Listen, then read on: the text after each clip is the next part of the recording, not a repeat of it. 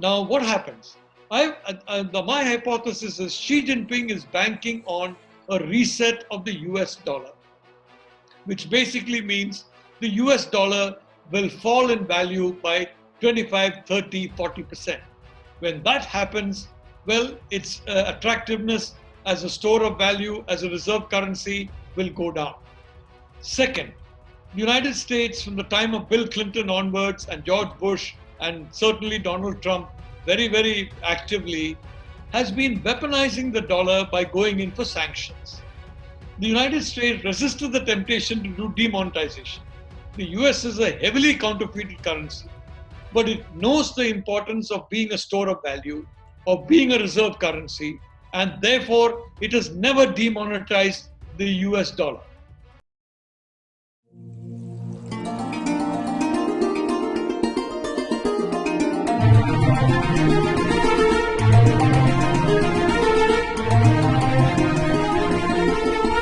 Hello and welcome to PGurus channel. I'm your host Sri Iyer.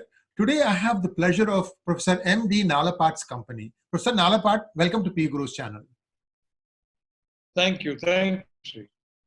So viewers, you may not know this, but Professor Nalapat is considered to be one of the most premier geopolitical experts in the world today. His word carries a lot of weight, and we thank you for watching his hangouts. There is a lot of significance behind what he says and what he writes. For instance, I would urge each and every one of the viewers to read his article in the Sunday Guardian today, which reads like what happened in this country for the last 5-6 years, what needs to happen moving forward post coronavirus, and what are the very unbalanced, very unbiased, balanced output, and he has not spared any trouble. He has not held back any punches. Very objective reporting or article, I should say. Also combined with Dr. Swami's article that came today, Sunday Guardian has really established itself as the critical thinking newspaper of the country. I say this thing unreservedly. I know I get published in your newspapers, but congratulations, you made it happen, sir. How many newspapers are actually thinking critically, trying to say, okay, this is my big picture, this is what is happening? Because many of the other editors, I'm not sure, have the breadth of your experience where you're frequently interacting with people from various countries, various geopolitical regions. You're understanding the pressures, pulls and pressures, and so on and so forth. And another little thing for the viewers, please do subscribe to our channel. We want to reach 100,000. We really want to reach 100,000, because getting to 100,000 gives us a little bit more benefits in terms of how YouTube looks at us. They think that we are a little bit more serious. We are serious, but we would like to get even more serious. I think I've done my pitch. Now let's come to what we are going to talk about today. Professor Nalapat, your article, you mentioned a lot of things about COVID-19, the pressures that China is facing today, and what is happening with what is happening in the United States. I can tell you that some states have bungled it, and New York State is really in the grip of COVID-19. Many people are dying now, and I wish the thing would stop quickly. I don't know when it's going to happen, but basically, what are your thoughts as a follow-up to what you wrote in your article? And viewers, you should read this article before you get a perspective. What do you think is going to happen to the global economy?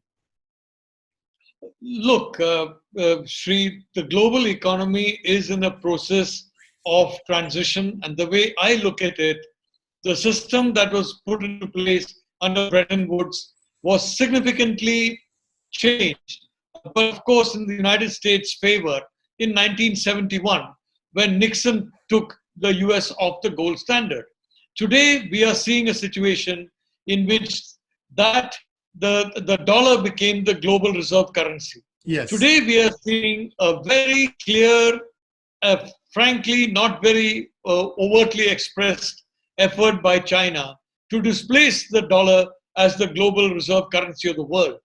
And this is happening on several fronts. And I've been tracking this very frankly for more than 30 years. I've studied two countries intensively, China and the US. At that point in time, very few people studied China.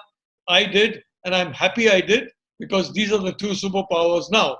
And of course, if we have some sound policies, then India can also become a superpower in some time.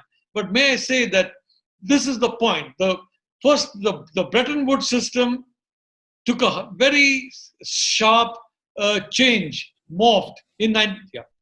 So just for viewers, I'm sorry to interrupt you. Bretton Woods happened in 1943, in the middle of the Second World War. And then 1971 was when Nixon took the US dollar off of the gold standard. So please continue.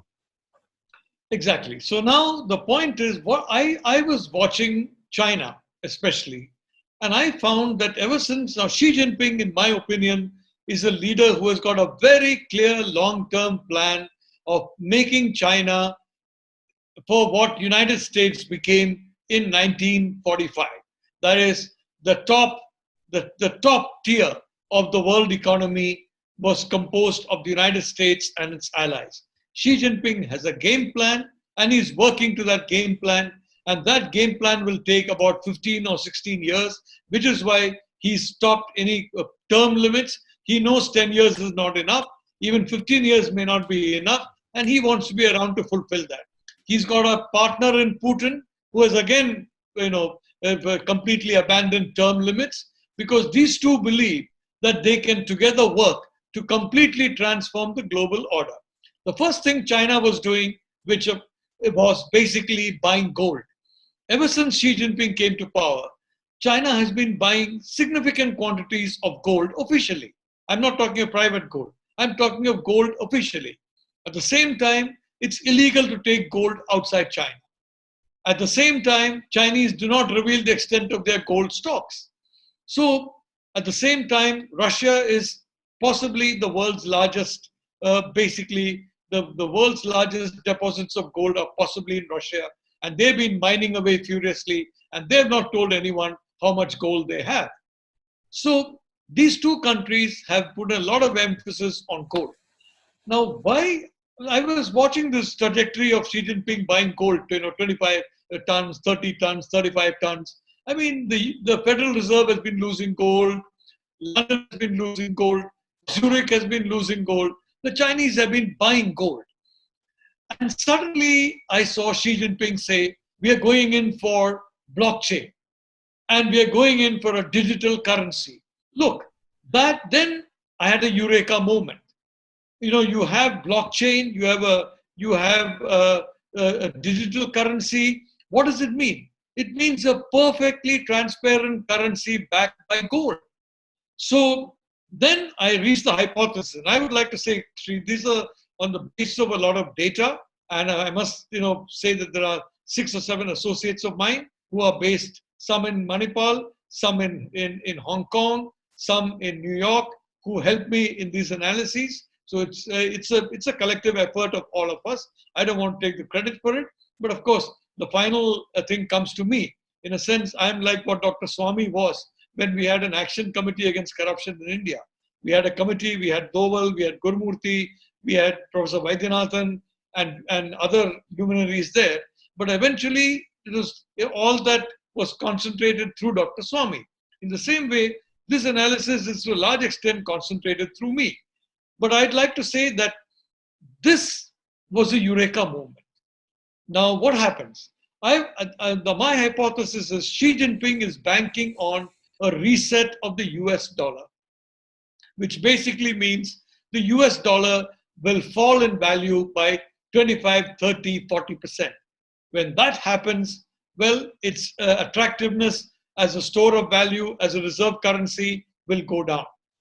Second, the United States, from the time of Bill Clinton onwards, and George Bush, and certainly Donald Trump, very, very actively, has been weaponizing the dollar by going in for sanctions. The United States resisted the temptation to do demonetization.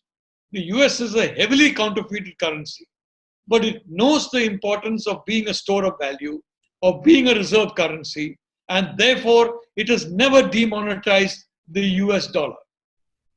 So you're implicitly saying that what I wrote in my book is true. Look, Sri, why do I spend so much time with you? I spend so much time with you because you are, I don't agree with some of your views, quite frankly, but it's on social issues or some other issues. But overall, I can say you've got a mind which is a very, very active, and very far-seeing mind. So yes, I mean, your So, book is a book which frankly is a book of the future. thank you, sir. And please continue. I'm sorry to have interrupted your train of thought. Yeah.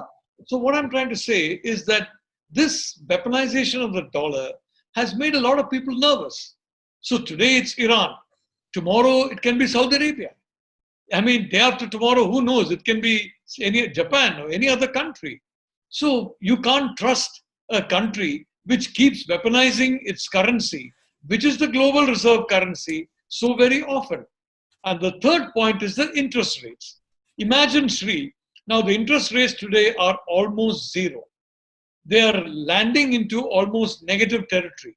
Can you imagine the impact if you're a country, you got half a trillion dollars worth of of dollars, and you are going to have to pay interest on that half a trillion or 1 trillion or 2 trillion rather than collect any interest. And that's when I reached the conclusion that why Xi Jinping is going with this Belt and Road project. He is creating projects across the world, denominating them in US dollars. I was intrigued. Why is this leader who's so keen on promoting the RMB denominating all the Belt and Road Initiative projects in dollars? Then the conclusion is obvious. Conclusion is he wants countries to have a dollar debt with China. And he wants to give dollars, have a dollar debt, and then what happens is when they can't repay that dollar debt, he simply takes over the assets. So you change your dollars into good, important strategic assets. Some of the assets are not so important. Some of them are not very wise. In my opinion, Chinese are spending an awful lot of money in Pakistan, which they're never going to get back. But a lot of the assets are of great value, especially in Central Asia, in parts of Africa, in Europe. So all this led me to the belief that Xi Jinping is betting on a reset of the dollar. At the same time, why is he buying gold? Why is he going in for blockchain? Because he wants to show the renminbi or the digital currency of the future, whatever it is. It could even be, I don't know, some form of crypto or something. And remember, the Indian Reserve Bank was, among its many mistakes it has made, was to try and ban cryptocurrency. Thank God the Supreme Court had reversed that. I mean, India should be a world leader in cryptocurrency, but the Reserve Bank of India, which is stuck in the 1930s, tried to ban it. Forget it. I mean, I'm not going to talk about Indian institutions and their leaderships anymore than I've already had with you numerous times.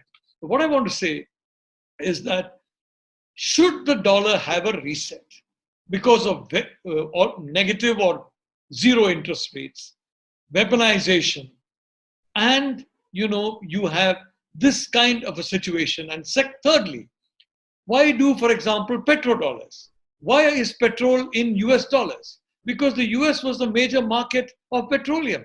Today, the US is not a market for petroleum. It's a net exporter now. It's a major export. Yeah. Why should you have petrodollars of a country that's your competitor? Right. Why should you give them that extra edge of having your commodity denominated in their currency? Why not renminbi? Why not even the euro? Why not the yen? Why should it be the dollar? So all these reasons, I think frankly, I've reached these thoughts. I believe that I met some of the key people who are, let us say, advising the Xi Jinping. And I am extremely impressed with them. They are mostly in their 40s. They're young people. They're bright people. And they have a very, very strong long-term vision. To be frank with you, Xi, in this particular government, I don't think anybody, I've never been, in a sense, seriously consulted by this government. Even the previous government used to seriously consult me off and on, although very privately. Top officials used to very privately consult me and spend hours with me. But these chaps, obviously, for whatever reason, they hardly ever do so. But what I'm trying to say is that these are a very smart bunch of people. And I am quite convinced that they are looking at a dollar reset. And when that dollar reset comes, and they're sure it will come, they can say, look at the renminbi. It's backed by gold. It's completely transparent thanks to blockchain. You know, as a technical person yourself, how transparent blockchain is. And then that happens. So then, then the ruble will also be a partner currency, because today Russia and China, because of Putin and Xi, are joined at the hip. And if these two leaders continue for the next 7-10 years, well, that fusion is going to become very difficult to dislodge. It's going to be a fusion as strong as that, for example, between Britain and the United States for a considerable period of time. So we are looking at basically this. That is why I suggested in my report today, one of the important suggestions was RBI should open a gold window. Today you have these private financial companies. Many of them are loan sharks. Many of them are run by, I'm sorry to say, people who are very unsavory. And they are the ones who open their shop and say, come and give us the gold.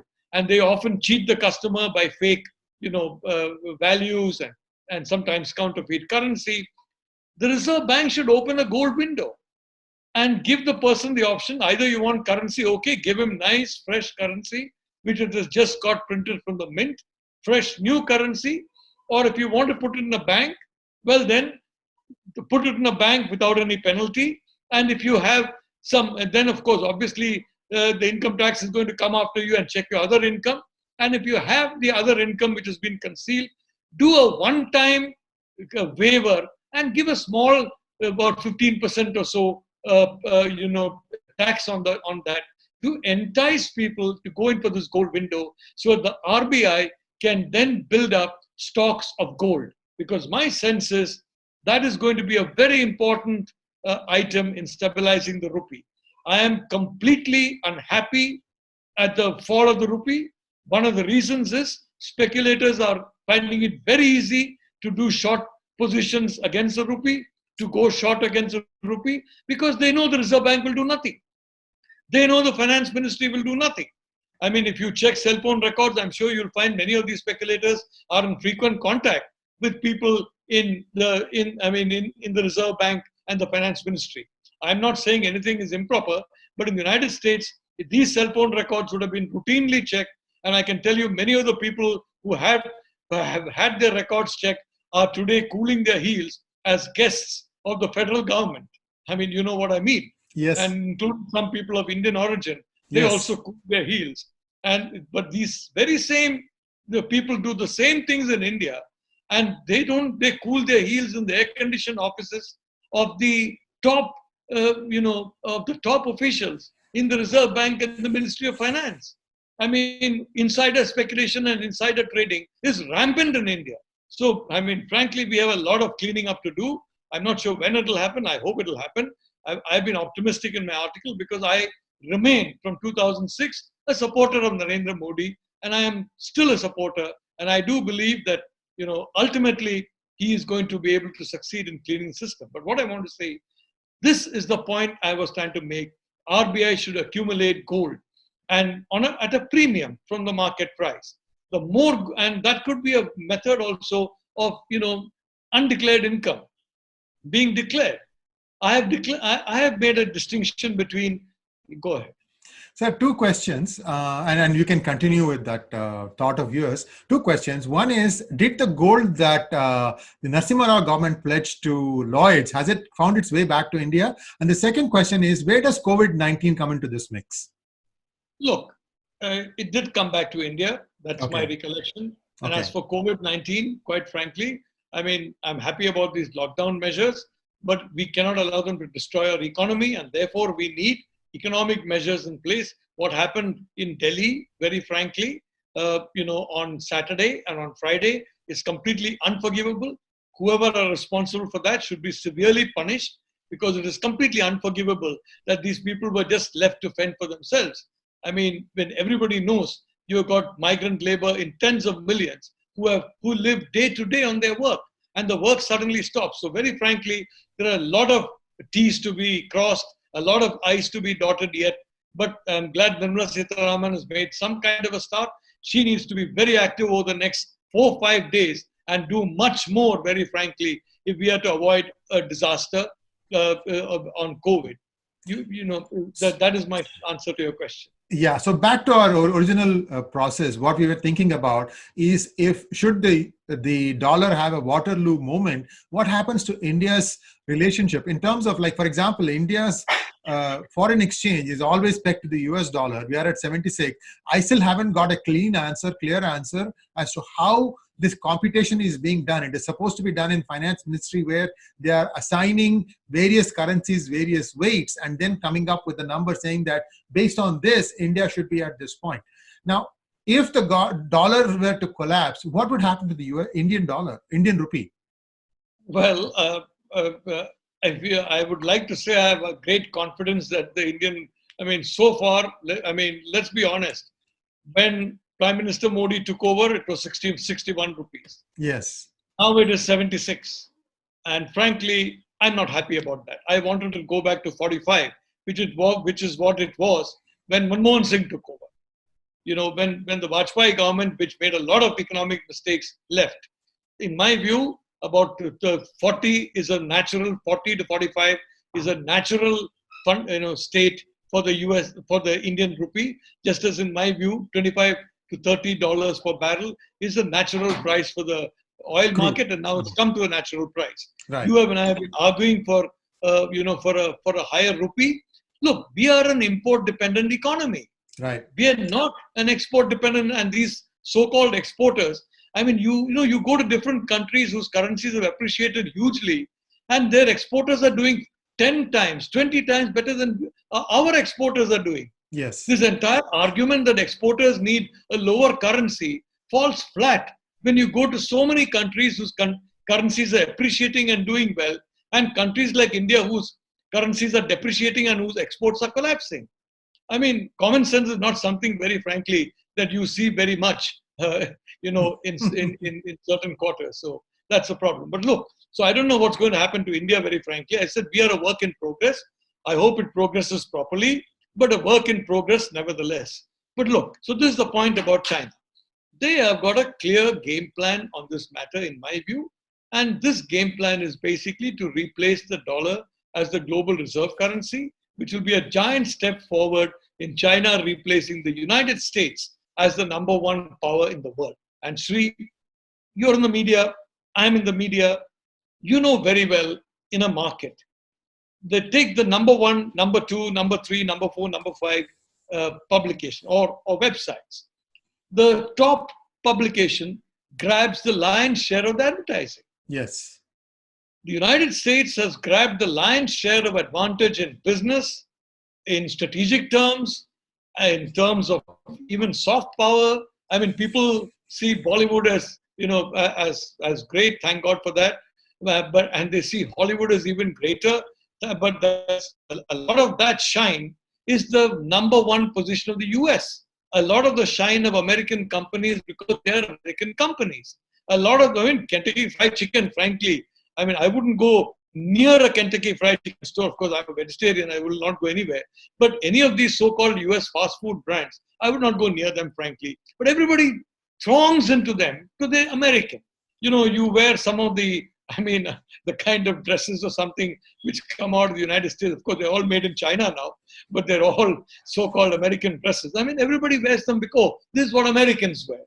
So, that's the jeans, for example. Everybody wears jeans. Oh, this is the American Wild West. Look, that China wants that advantage. And in Xi Jinping, you have a leader.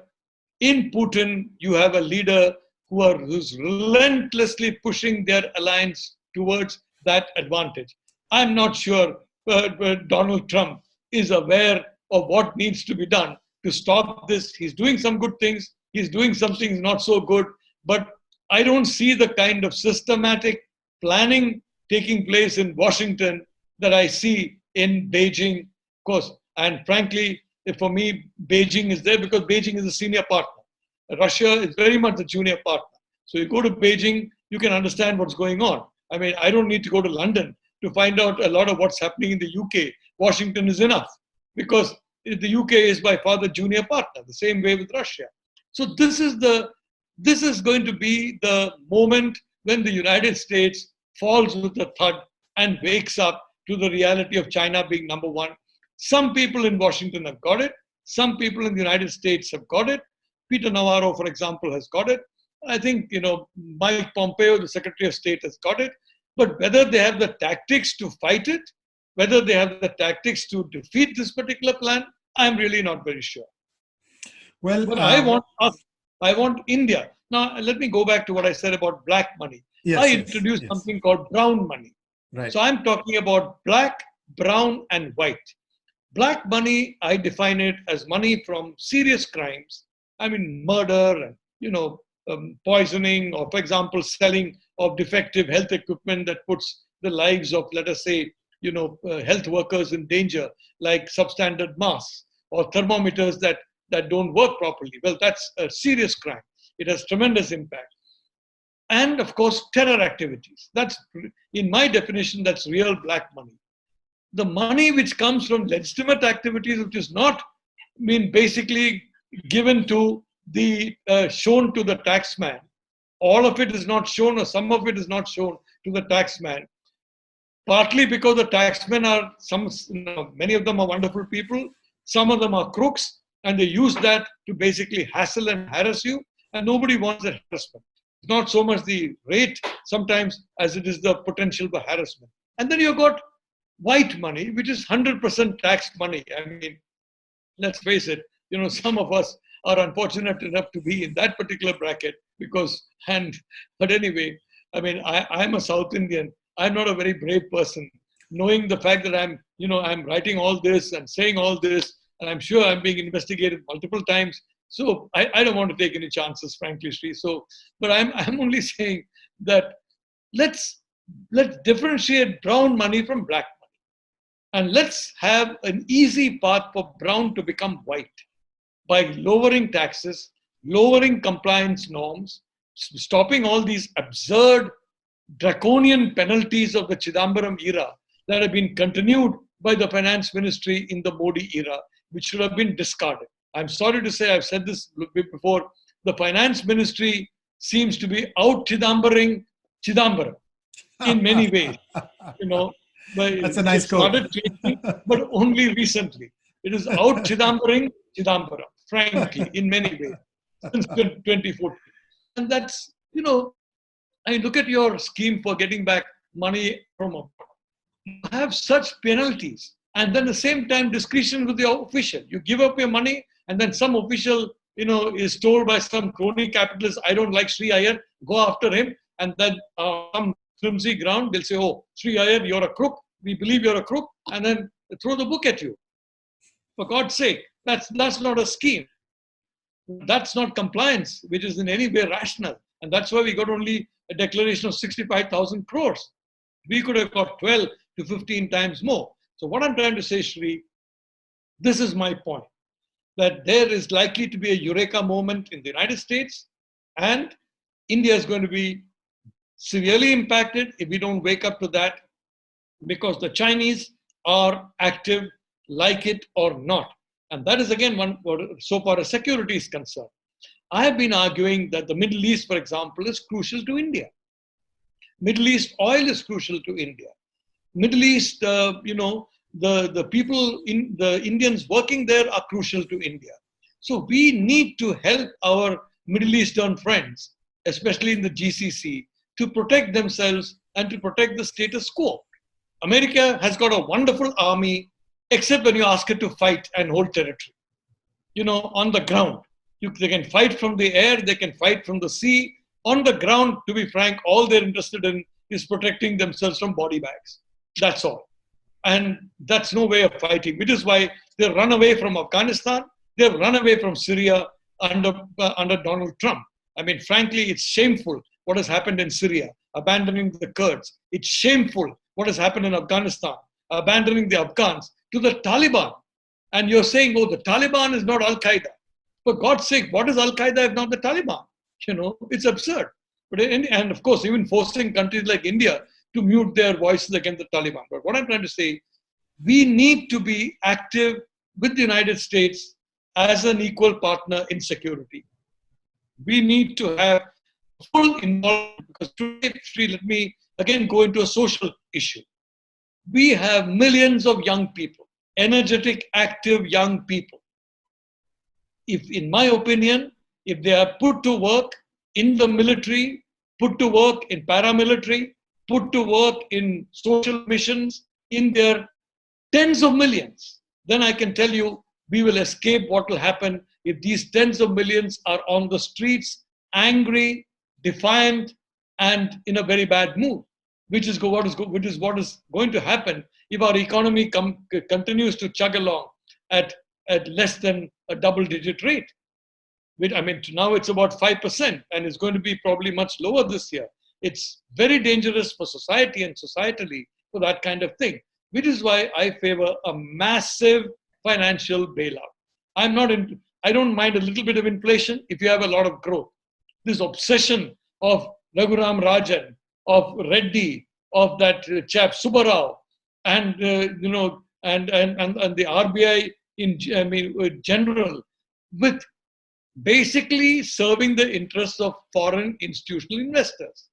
It's, if I were a foreign citizen or an NRI, I could borrow money from some bank in some country, put that money in an NRI deposit, and on the interest, I could pay back the bank, and I could borrow more money from the bank, and through the balance, I would make a very happy income. It's absurd what we are doing. We need to help the rupee. We need to help domestic industries. Today, we're making it easy for foreign companies to buy Indian companies for a song. And this is my worry about this COVID thing. If it's not handled well properly, by the end of COVID, you're going to have a lot of foreign companies, a lot of them Chinese, some Taiwanese, some Japanese, some Arab maybe, and some American, coming and buying up Indian companies on the cheap. I mean, personally, I'm not happy with that. I would like to see Indian companies go out and buy. When Sonia Gandhi came, she put a stop to that. I remember her making a speech in Hindustan Times, oh, we can't be so arrogant and we can't behave so arrogantly. What she meant was, why should an Indian company buy an Italian company? I mean, an Italian company should buy an Indian company, according to her logic. So it's not arrogance, it's growth, it's development. So this is my point, Sri, very, very frankly. The world is changing. And what I write about is designed to reflect that changing world. It's not designed to reflect the people who are stuck in the 19th century, 20th century. I mean, at best, some of them are stuck in the 1980s. But most of them are stuck in the 1820s. Let's put it that way. Yes, indeed. And viewers, you will not get this kind of a conversation anywhere else. Professor Nalapat, you've covered a breadth of topics, and I'd like to have an ongoing discussion about this, because we know that these are all like, slow-moving ships that are changing directions over a period of time. So we'll be back to talk about this maybe in a few weeks' time. And thank you so much. Oh, you want to add something? Yeah. Sri, I just want to say, don't talk of slow-moving ships. Bretton Woods changed a lot. Richard Nixon changed a lot. Jawaharlal Nehru changed a lot when he said, no, give that seat to the People's Republic of China. We won't take the Security Council seat. Things can change in a jiffy, and COVID shows that. That's true. Well, I just proved myself wrong. But the bigger picture here is that a lot of things are going on, and Professor Nalapat in his article has said that India needs to spend 7.5 lakh crores. That's close to 40% of what it makes in a year, and that is comparable to what in the United States is pledging, $6 trillion. In US is a $20 trillion economy today. Thank you very much, Professor Nalapat. We know the problem. Are we going to have the gumption to fight it? That's the question. Let's hope Prime Minister Modi will be able to fight it. Thank you so much.